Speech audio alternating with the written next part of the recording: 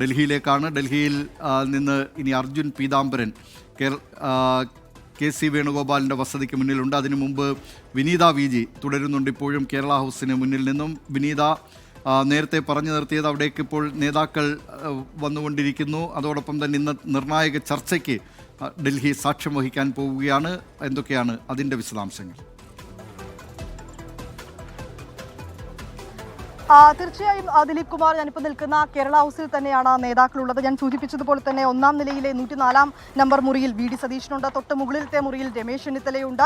ചില നേതാക്കളൊക്കെ തന്നെ ഇവിടെ എത്തുകയും അവരുമായി കൂടിക്കാഴ്ചകൾ നടത്തുകയും ചെയ്യുന്നുണ്ട്. നേതാക്കളൊക്കെ തന്നെ കാത്തിരിക്കുന്നത് ഖർഗെ നൽകുന്ന ആ ഒരു സമയത്തിന് വേണ്ടി മാത്രമാണ്. മല്ലികാർജ്ജുൻ ഖർഗെയുടെ നിർദ്ദേശപ്രകാരം, ഹൈക്കമാൻഡിന്റെ നിർദ്ദേശപ്രകാരമാണ് നേതാക്കളൊക്കെ തന്നെ ഡൽഹിയിൽ എത്തിയിരിക്കുന്നത്. ഇന്നൊരു പക്ഷേ നേതാക്കളുമായി ഒറ്റയ്ക്കൊറ്റയ്ക്ക് നേതൃത്വം സംസാരിക്കാൻ തന്നെയാണ് സാധ്യത. അതിനുശേഷമായിരിക്കും മുഖ്യമന്ത്രി ആര് എന്ന തരത്തിലേക്ക് ഒരു പ്രഖ്യാപനം ഉണ്ടാവുക. അങ്ങനെ ഒരു പ്രഖ്യാപനത്തിലേക്ക് എത്തുമ്പോഴും നിലവിലുള്ള പ്രശ്നങ്ങളൊക്കെ തന്നെ അത് പരിഹരിച്ചുകൊണ്ട് ഒരു ഒറ്റക്കൈ എന്ന ഒരു ഒത്തൊരുമയോടുകൂടി അതായത് തമ്മിൽ പ്രശ്നങ്ങളില്ല എന്ന തരത്തിലേക്കുള്ള ഒരു സന്ദേശം കൂടി നൽകുക എന്നത് തന്നെയാണ് ഹൈക്കമാൻഡ് ഇതിനോടകം തന്നെ മുന്നോട്ട് വെച്ചിരിക്കുന്നത്. അതിനുള്ളൊരു നീക്കം തന്നെയാണ് നേതൃത്വത്തിന്റെ ഭാഗത്തു നിന്നും ഉണ്ടാവുക. അതുകൊണ്ട് തന്നെ ചില പ്രശ്നങ്ങൾ ഇപ്പോൾ ഈ ഫ്ലക്സ് അടക്കം നടക്കുന്ന ചില സാഹചര്യത്തിൽ നേതാക്കളുമായി ഒറ്റയ്ക്കൊറ്റയ്ക്ക് സംസാരിക്കാനുള്ള ഒരു സാധ്യത തന്നെയാണ് നിലവിൽ നമുക്ക് കാണാൻ കഴിയുന്നത്. അതിൽ ഏറ്റവും പ്രധാനമെന്ന് പറയുന്നത് ഇപ്പോൾ കെ.സി. പക്ഷവുമൊക്കെയായി നമ്മൾ സംസാരിക്കുമ്പോൾ കെ.സി. ക്യാമ്പുകൾ വലിയ ആത്മവിശ്വാസത്തിൽ തന്നെയാണ്. ഒരുപക്ഷെ 90% കെ.സി. തന്നെ എത്തിയേക്കുമെന്നൊരു ആത്മവിശ്വാസം അവർ പങ്കുവയ്ക്കുന്നുണ്ട്. അതേസമയം രമേശ് ചെന്നിത്തലയുമായിട്ടുള്ള വൃത്തങ്ങൾ, അവരുമായി നമ്മൾ സംസാരിക്കുമ്പോൾ അറിയാൻ കഴിയുന്നത് ഒരു സീനിയോറിറ്റിക്കാണ് പ്രാധാന്യം നൽകുന്നതെങ്കിൽ രമേശ് ചെന്നിത്തലയെ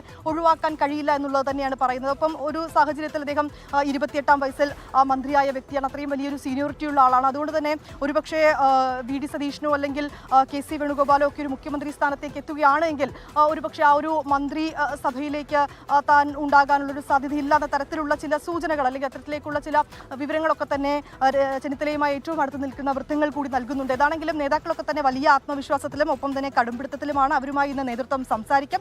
ഈ ഒരു പ്രശ്നങ്ങളൊക്കെ തന്നെ പരിഹരിച്ചുകൊണ്ട് ഒരു അന്തിമ തീരുമാനത്തിലേക്ക് എത്താൻ തന്നെയാണ് നോക്കുന്നത്. അതിൽ ഈ 3 നേതാക്കളെയും അനുകൂലമാക്കുന്ന ചില ഘടകങ്ങളുണ്ട്. സീനിയോറിറ്റി ആണെങ്കിൽ രമേശ് ചെന്നിത്തല, ഒപ്പം തന്നെ വി.ഡി. സതീശനെ സംബന്ധിച്ചിടത്തോളം ഇത്രയും ഒരു വലിയൊരു വിജയം, ആ ഒരു വിജയത്തിന്റെ ശില്പി താനാണ് എന്ന തരത്തിലാണ് വി.ഡി. സതീശൻ അത്തരത്തിലേക്കൊരു സന്ദേശമാണ് മുന്നോട്ട് വെക്കുന്നത്. കേരളത്തിലേക്കടക്കം അദ്ദേഹത്തിന് അനുകൂലമായിട്ടുള്ള ഒരു തരംഗമുണ്ട്. ഇക്കാര്യങ്ങളൊക്കെ തന്നെ പരിശോധിച്ചുകൊണ്ടായിരിക്കും ഒരു അന്തിമ തീരുമാനത്തിലേക്ക് നേതൃത്വം എത്തുക.